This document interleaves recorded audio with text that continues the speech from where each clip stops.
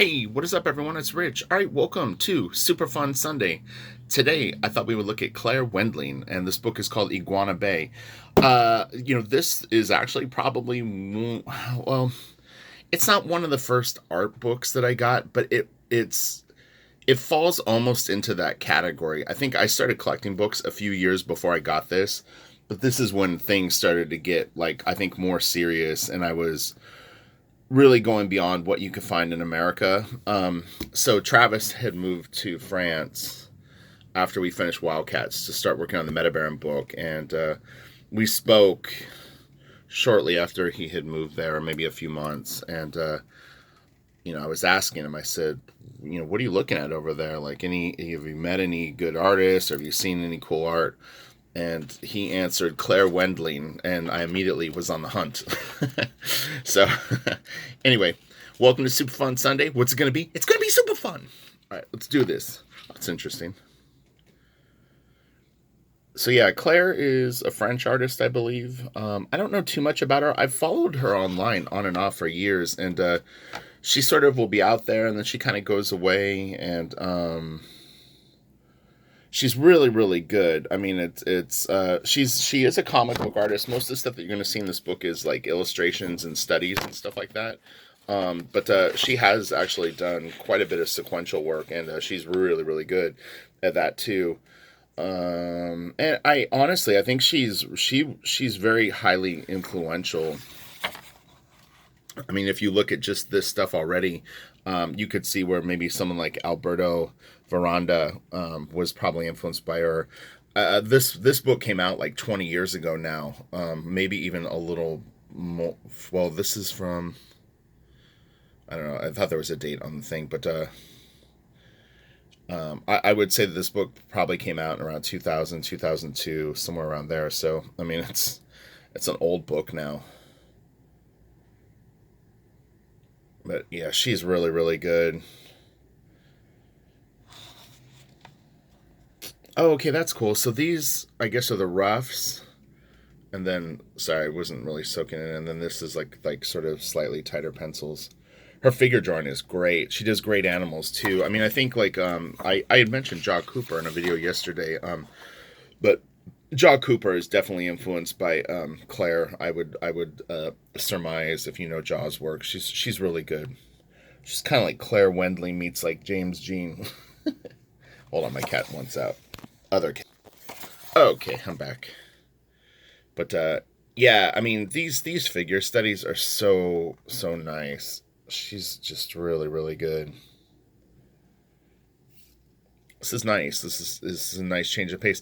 It was funny as I'd been kind of trying to figure out what to do for videos, and again, Larry Stroman's on my short list. I want to get out the comic books, and my X-Men and X Factor stuff is kind of buried because I don't really look at it that much. So it makes it tricky to just grab out a stack of his work, but I definitely want to look at it. And a few other things. I have a graphic novel series that Lee Bermejo gave me that I wanted to maybe show. I thought that would be a nice change of pace. So there's some interesting stuff coming up for sure.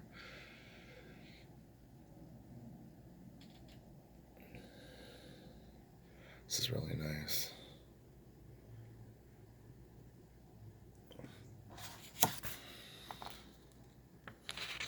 Man, that is so crazy. Like, that's such a nice sketch, and then she tightens it up, and it actually the head angle changed a little bit. If you notice, this is more of a slightly turned view, and then this is more of a side view. I actually prefer this more, and the hair actually too. They're both nice.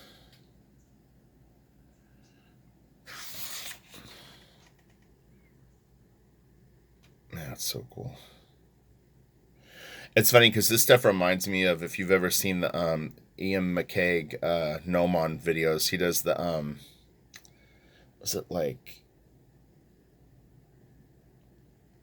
I'm trying to think of what, he takes like a fairy tale and then turns it into like a outer space adventure, but they're kind of like outer space mermaids. Is it, it's not Cinderella. It's like one of those. I haven't watched it in a long time. This kind of reminds me of it. Man, Ian McCaig is so good. I need to actually get his art book because he did one a few years ago. You can find a lot of his work though in the Star Wars books, like the Attack of the Clones through Revenge of the Sith. Dermot Powers is another artist that's great. If you've never seen Dermot's stuff, he does a lot of the Sith designs. Really, really good. This is nice. She does great cats, great animals in general, but it's like if you draw any kind of like fantasy characters and cats, you're gonna get the Frazetta comparison. He owned that. It's such a weird thing, but it's just the way that life is. Honestly, I was thinking about this a week or two ago. It might have been less. Maybe it was a few days ago, but it occasionally will cross my mind. But like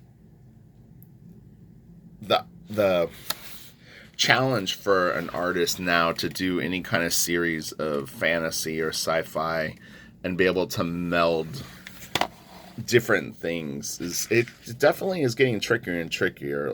Many stones have been unturned by many artists, and it's kind of like whoever gets there first sort of can own it if they do enough of it, and they do it well. But there's a funny saying that I always like to kind of keep in my mind too. It's like, it's not who does it first, it's who does it best. So if someone's done something that you want to do, don't let it discourage you, because just use that other theory, which is that like you just need to do it better than them.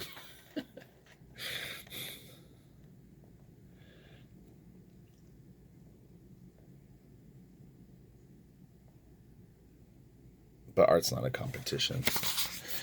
But it's just one of those things where you do kind of want your own voice. The combination of things you sort of put together will sort of identify your work.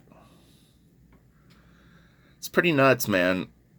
She really, like, it's crazy because like this horse, I mean, I really feel like a skeleton, and I feel the hide and even musculature. She really hits like all three. I mean, it's a centaur, but you know what I mean? Like you can, it's really solid, and it has, to me, three levels of structure that are suggested in her forms, which is really, really phenomenal. I mean, you may or may not see it in these drawings, but I mean, I really do. I get a sense of the skeleton, I get a sense of the musculature, and I get a sense of the the, the skin, It's really incredible. And she draws balls.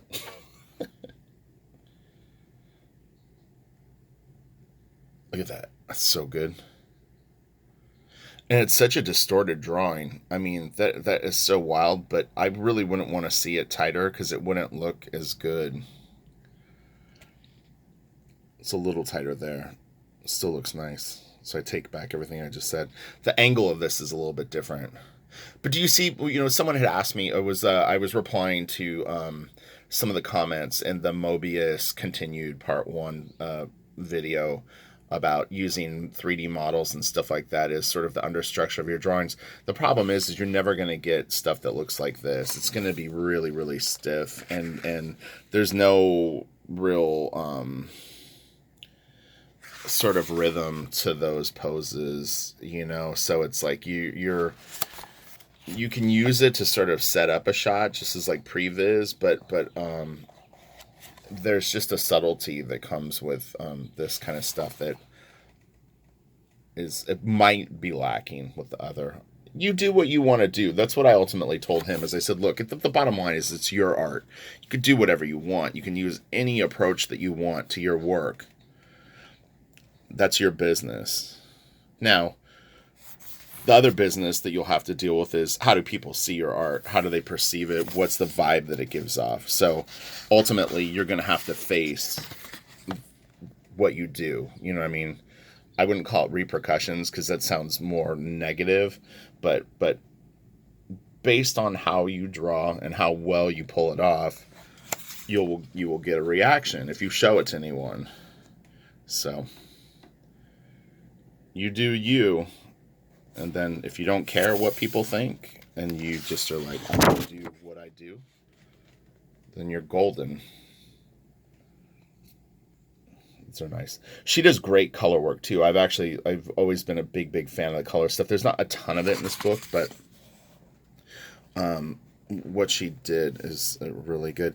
Oh, a few artists that she influenced was Cheeks, and then I guess it would be his ex-wife, Anna, Maya Anna something. She used to be, well, I think she probably is still on DeviantArt. She was really good. Cheeks is great too, but yeah, they were both pretty heavily influenced by Claire's stuff. Look at that.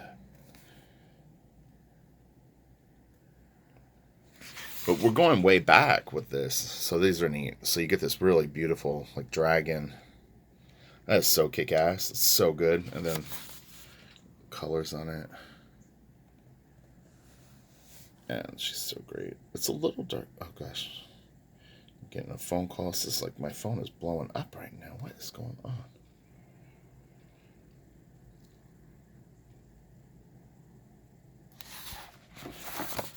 It's actually my mom calling, which is sort of unusual. I should pick it up, but I'm just going to keep going with the video. I'll call it back.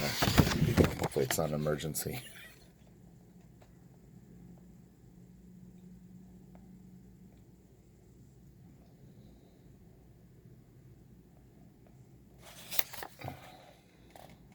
That's really cool. I don't even really remember this drawing. I like that character. He's cool. The anatomy is great too. Like, man, she really simplified it. But boy, the arm, it looks really cool. She's got a few books out now too. There's more, and again, you can find comic book stuff too. That's pretty neat. Generally, the comic book stuff will look a little more like this. I mean, it's inked and colored, but it's. Okay, she left a voicemail. But yeah, it's not as cartoony as this. It looks a little more like this, just ink. Like, these have been really sort of boiled down to like the you know. In her other art books, you can actually see sort of the Mignola influence in her work occasionally. Not across the board, but she's definitely dipped her toe in that pool before.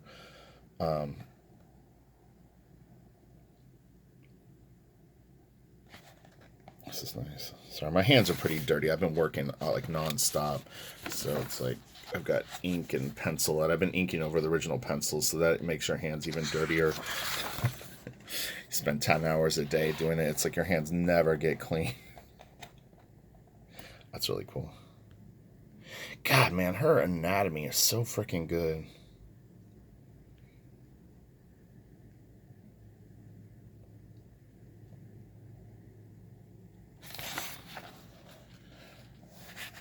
Yeah, it's fun that you get to see the tightened up drawings. I mean, it's there's a real art of that, and I think that these sketches look fantastic. I mean, they're really cool. There's so much character with them, but then it's pretty phenomenal to see her go in and do the sort of simplified version. This book isn't huge. I mean, it's got a decent page count, but the actual dimensions of the book, it's a little tiny bit smaller than a comic book in terms of like the scale. Not much, but picture the size of like a comic book and just a little tiny bit smaller. But then it's probably 100 pages, something like that. Oh, yeah, he's funny. And again, I mean, she's got a really good sense of depth to these drawings too. I mean, they're standing in perspective, which is actually very cool. Let me set the phone down for 1 sec while I get some of these pages. They're getting harder and harder to turn. Oh yeah, this stuff is great. This was sort of the era of some of the pieces were looking Mignola-ish. And one of her other books, you see some of these pieces like fully finished. You'll see the colors right here, but yeah, she did a series of stuff like this, and this doesn't look so Mignola-y, but God, that's so great. Well, I'm really glad we're doing this book today. This is like just what the doctor ordered. I think I'm glad about every book we do, though. I always like every week. I'm like, this is the one. God damn, this book is hard to freaking turn the pages. like every page is like just they all want to stick together. That's really cool. It's got kind of a tight binding. I can't really complain about that because it's actually a good thing. It means it won't fall apart. I was looking at another book the other night and it was like the whole thing had ripped out of the spine. So this one is well made, creates its own set of problems. That's really cool. That is crazy. Oh, so she like, wow, I don't even know. It's like she's got like tiger legs in front and she's like a lion lady. Man, she's wild. Is that considered? That's not a harpy. Manticore? What is that? I can't remember what animal that is. It's been so long since I played Dungeons and Dragons. So I learned about everything through D&D.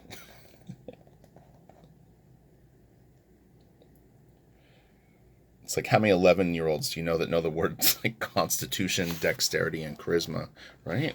We all got smarter from it if you played it. That's so cool.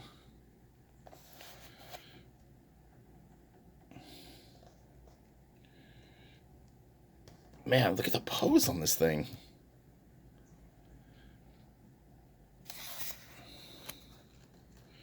She is phenomenal.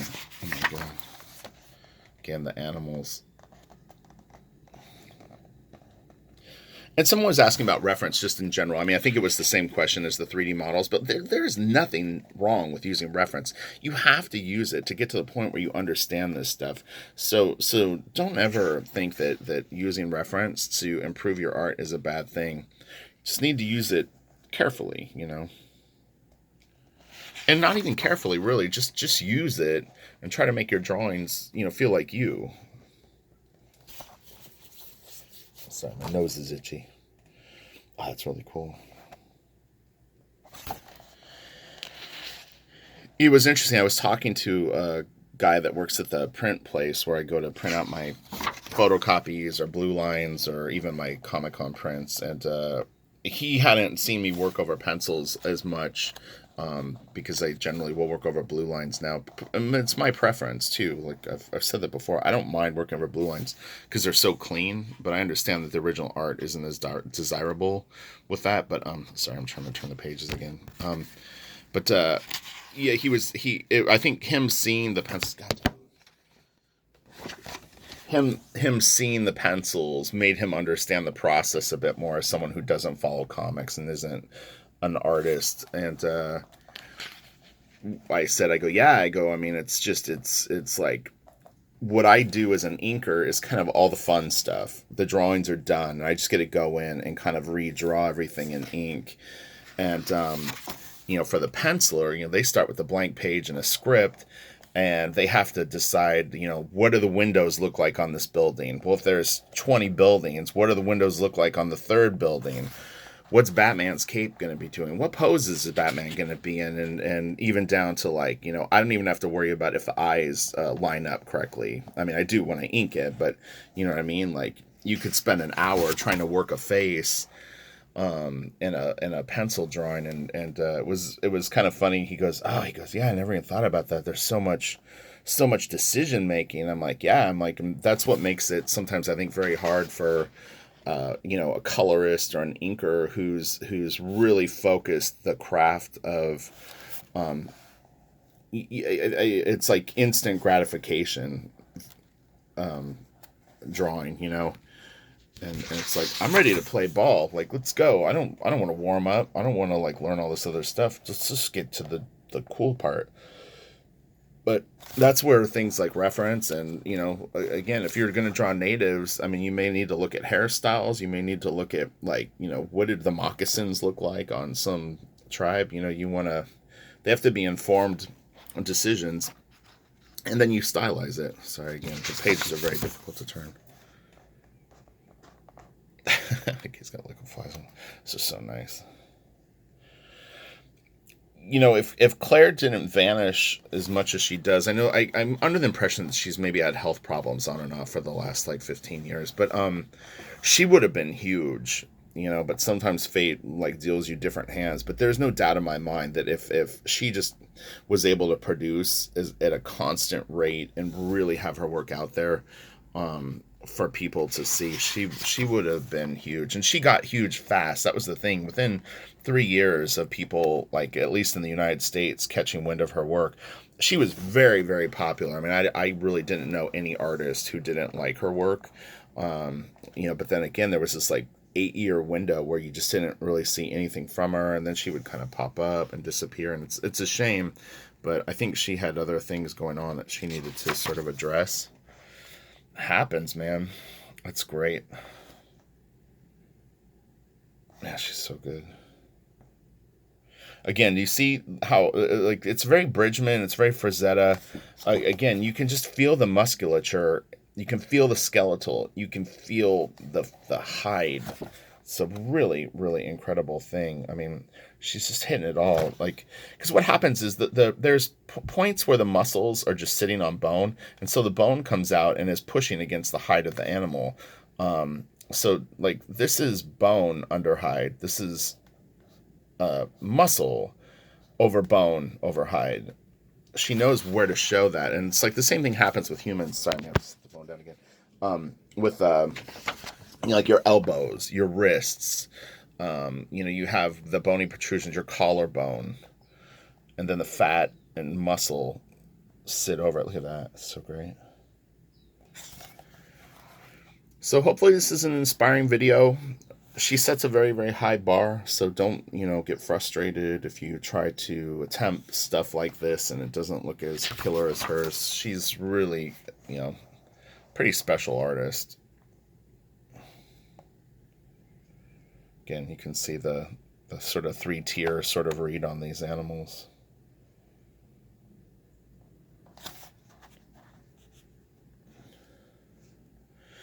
And you can imagine, people will sometimes separate things, meaning it's like, well, she's really good at drawing like wild cats, but could she draw this? All this stuff starts to apply to other things. When you get really, really good at drawing one thing, you would be surprised at how much stuff transposes into other things that you may deal with. So, it's a building process, and the experience and knowledge that you gain from getting really good at drawing something can really, really affect more things than you might believe. Look at the arms on that thing. God dang.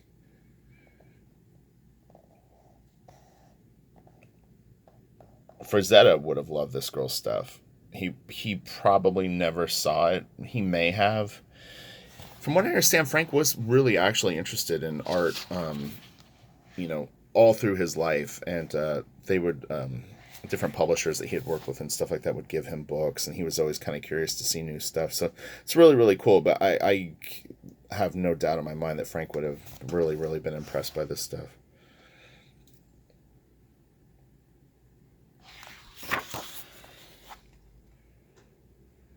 And these could be studies, Wow, it's crazy. What's interesting is they never feel like overly like studies. You can kind of tell the difference. You ever see someone who does like a lot of figure drawing, and you can kind of tell that they're more like reproductions of what they saw, as opposed to like they've really injected a lot of themselves into the study. There's a subtle difference to it. These very well could be, again, studies, but I don't know. They just feel like her work. So it's quite a gift she has. This book. Well, when I picked it up, I knew this book was going to be a handful to go through, but I was like, it's so good, we have to do it. Oh, these are cool. She does these great. I remember these. The fur and stuff like that. Again, it's just nuts. So hard to do furred animals, wolves and stuff like that, if they have like pretty big fur. Madureira is really good at it, and it's funny because Joe handles it very differently, and really kind of almost he has more of a hard edge line to his stuff. But God, man, the thickness of the legs on these animals is great.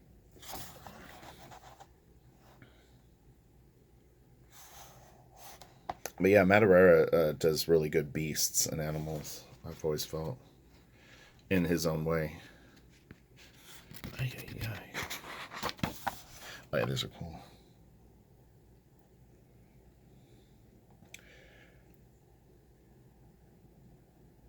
This will be perfect. This is going to be like right on 30 minutes.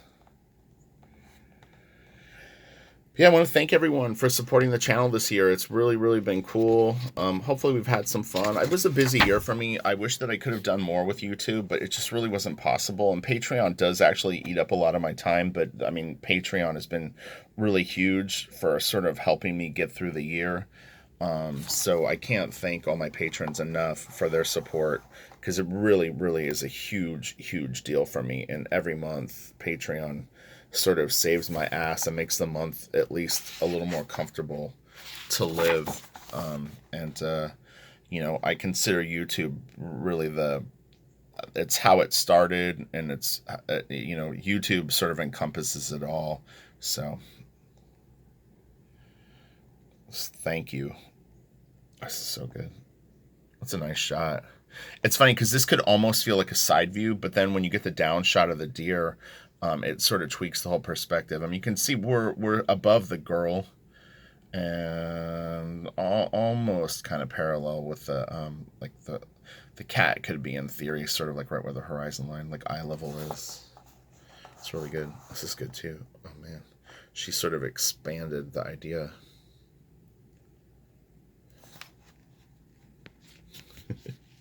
It's like, come on, Paige. Don't. God damn. Why they always freaking stick together? It's so frustrating. Oh, yeah, this is cool. So look at this. Is the rough. Man, that is really, really good. And then look at this. She just makes it even cooler. Oh, Matthew Lafray is another one who has a style similar to this. I've done, if you look, I think it's Lauffrey, or maybe AY. I've done a video of him, like a super fun Sunday of like an art book of his. So he's definitely worth checking out too if you like this kind of stuff.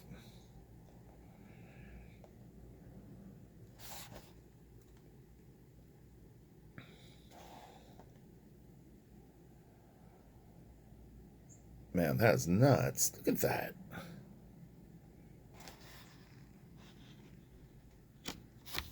And again, if you ever have requests or ideas for Super Fun Sunday, please let me know, because if I can access the book quickly out of my collection, I will. And I started organizing my stuff more. I mean, it's organized, but it's I have so much stuff. It's like 50% organized and 50% like unreachable right now. But I pulled out a ton of hardcover books I hadn't seen in forever. So there's man, it's so good. It's tricky because sometimes I don't know. Like, she changed the angle of the bird. That's really interesting. Man, she is so good. Her animals are so freaking powerful. God dang.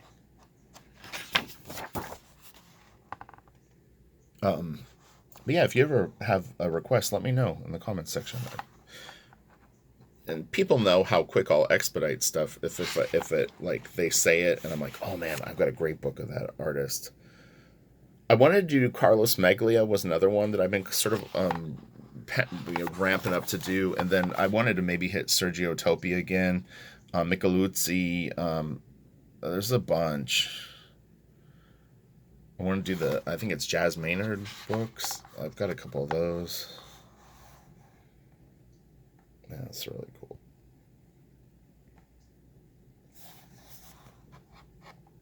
Okay, we're going to be wrapping this up in about a page or two. Oh, yeah, these are like, I guess charcoal? Maybe like oil charcoals or something. I'm not really sure, but they're very, very cool, but it's very different.